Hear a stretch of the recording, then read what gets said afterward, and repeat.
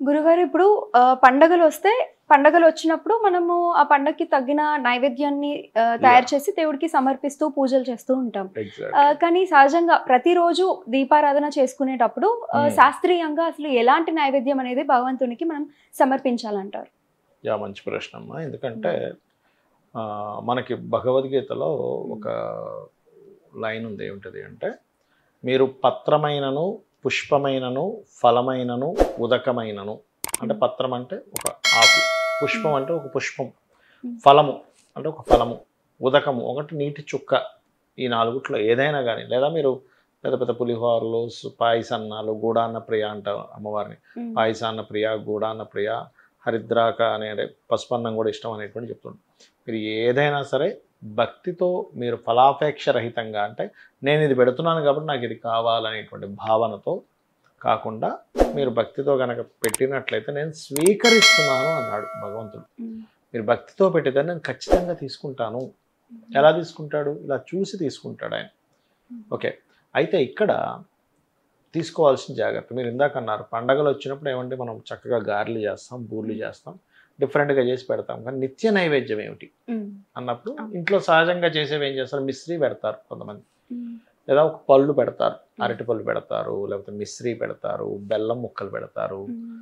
అటుకులు పెడతారు కొంతమంది కదా! హ్మ్. ఇప్పుడు ఇందులో 2 రకాలమ్మా. పళ్ళు అనుకోండి.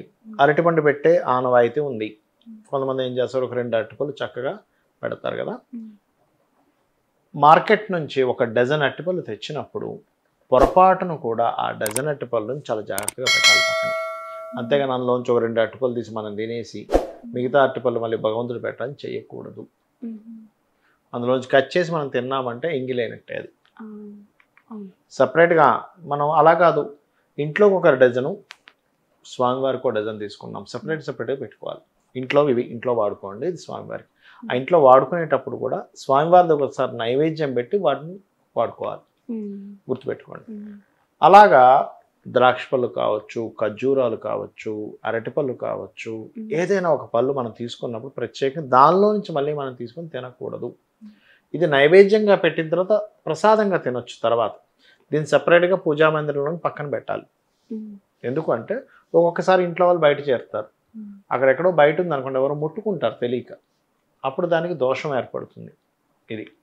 అలాగే ఈ పళ్ళతో పాటు ఇందాక నేను చెప్పినట్టుగా మిశ్రి, బెల్లం ముక్కలు, లేకపోతే అటుకులు ఇట్లాంటివన్నీ గూడా దేవుడికి నైవేద్యం పెట్టేటువంటి పదార్థం ఏదైతే ఉందో ఖచ్చితంగా డబ్బాలో పెట్టి పూజ గదిలోనే పెట్టాలి గానీ బయట పెట్టొద్దు. హ్మ్. ఓకే. సెపరేట్‌గా మనం తీసి పెట్టినప్పుడు ఒక గిన్నెలో వేస్తాం. తెలుసు కదా! ఇది ఖచ్చితంగా పాటించాలి. చాలామంది తెలియక ఏం చేస్తారంటే వంటగదిలో ఉంటాయి ఇవన్నీ కొంతమందికి తెలియక. ఆ హ్మ్. వంటగదిలో చక్కెర నిత్యం వాడే కాఫీ చక్కెరనే తీసుకొచ్చి ఆ చక్కెరని అవును. తీసుకొచ్చి అక్కడ పెడతారు. దానికి శుచి, శుభ్రత ఖచ్చితంగా అవసరం. హుహు. ఓకే. ఇది పాటించాలి. ఇది పాటించి చాలామంది చేసే మిస్టేక్ ఏంటంటే నైవేద్యం పెడతారు గానీ ఎవరు దాన్ని తినరు. తీసుకెళ్ళి మళ్ళీ అవును. అక్కడ పక్కన పెట్టేస్తారు. అవును. నైవేద్యం అరటిపళ్ళు ఆ నల్లగా మాడిపోతాయి. అయ్యో! పాడైపోయింది పడేస్తారు. అది చాలా పెద్ద తప్పు గుర్తుపెట్టుకోండి. హుహు. ఇంట్లో ఇంకోటేంటంటే పూజకి ముందు మనం ఏం చేస్తాము? ఆ మాలిన్యం ఉంటుంది.